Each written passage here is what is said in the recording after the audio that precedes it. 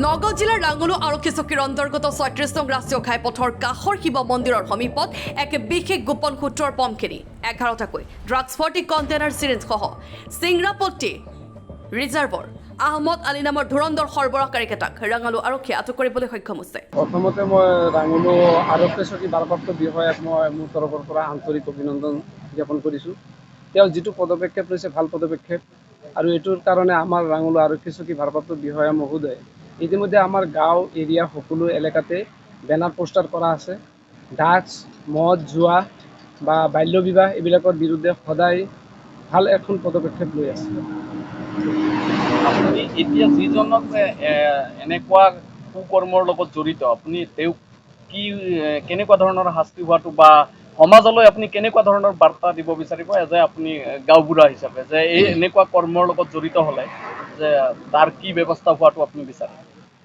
এনেকুৱা কৰ্মত যিসকল জড়িত, মোৰ মতে যে আইনৰ সহায়ত তেওঁলোকক কঠোৰতম কঠোৰ শাস্তি হ'ব লাগে, আৰু তেওঁলোকক যাতে পটকে যাতে তেওঁলোকে কোনো ধৰণৰ কৰিব নোৱাৰে, আৰু পুনৰাবৃত্তি এজনক দেখা পাই পেলাই যে সকলো ল'ৰা ছোৱালী উঠি অহা প্ৰজন্মবিলাক যাতে ভাল হয়, সেইটো কাৰণে আমি সদায় কৃতজ্ঞতা হৈ থাকোঁ। প্ৰশাসন ইমান কঠোৰ হোৱাৰ পিছতো যদি এছাম দুষ্কৃতিকাৰীয়ে যে এনেধৰণৰ কুকৰ্ম কৰিবলৈ কুণ্ঠাবোধ কৰা নাই, তেওঁলোকক আপুনি কেনেধৰণৰ শাস্তি বিচাৰে আপোনালোকে? তেওঁলোকতো মই প্ৰথমতে কৈছোঁ, তেওঁলোক কঠোৰতম কঠোৰ শাস্তি হ'ব লাগে, যিটো নেকি মানে তেওঁলোকে যাতে মই আশা কৰোঁ যাতে এনেকুৱা ধৰণৰ দুষ্কৃতিকাৰী আইনৰ আওতাত নি ভালকৈ শাস্তি দিব লাগে, আৰু তেওঁলোকৰ মূল শিপা উঘলি আনিব লাগে। ক'ত আছে, ক'ৰ পৰা তেওঁলোকে এই বস্তুবিলাক সংগ্ৰহ কৰে। ৰাঙলু আৰক্ষী বিষয়াগৰাকীয়ে কিছুদিনৰ আগত আমিও ইয়াৰ পৰা আপোনাৰ নিউজ কৰিছোঁ, বাতৰি পৰিৱেশন কৰিছোঁ যে ১৮ বছৰ তলৰ ল'ৰা ছোৱালীক যাতে গুটখাজাতীয় সামগ্ৰী বা বস্তু যাতে বিক্ৰী কৰোৱাত নিষেধাজ্ঞা জাৰি কৰিছে। তথাপিতো তেওঁলোকে ধৰক এতিয়া আমাৰ বজাৰসমূহত কেনেধৰণৰ আপুনি গাঁওবুঢ়া হিচাপে কি আপুনি কেনেধৰণৰ আপুনি দেখা পাইছে?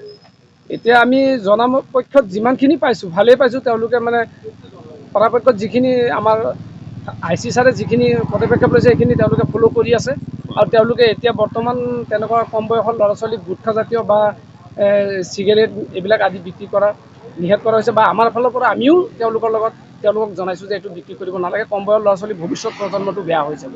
আপোনালোকেও আৰক্ষী বিষয়াজনক সহায় আগবঢ়াইছে, হয়, সহযোগ কৰিছে, সহযোগ কৰি আছোঁ, পিছলৈও সহযোগ কৰি থাকিব। আৰু সহায় কৰি থাকিব। ছাৰে এইটো বহুত ধুনীয়া এটা পদক্ষেপ লৈছে। এনেকুৱা পদক্ষেপ চব জেগাতে হ'ব লাগে, আৰু মানে যেনেকেই নহওক মানে বস্তুখিনি বন্ধ কৰিব লাগে।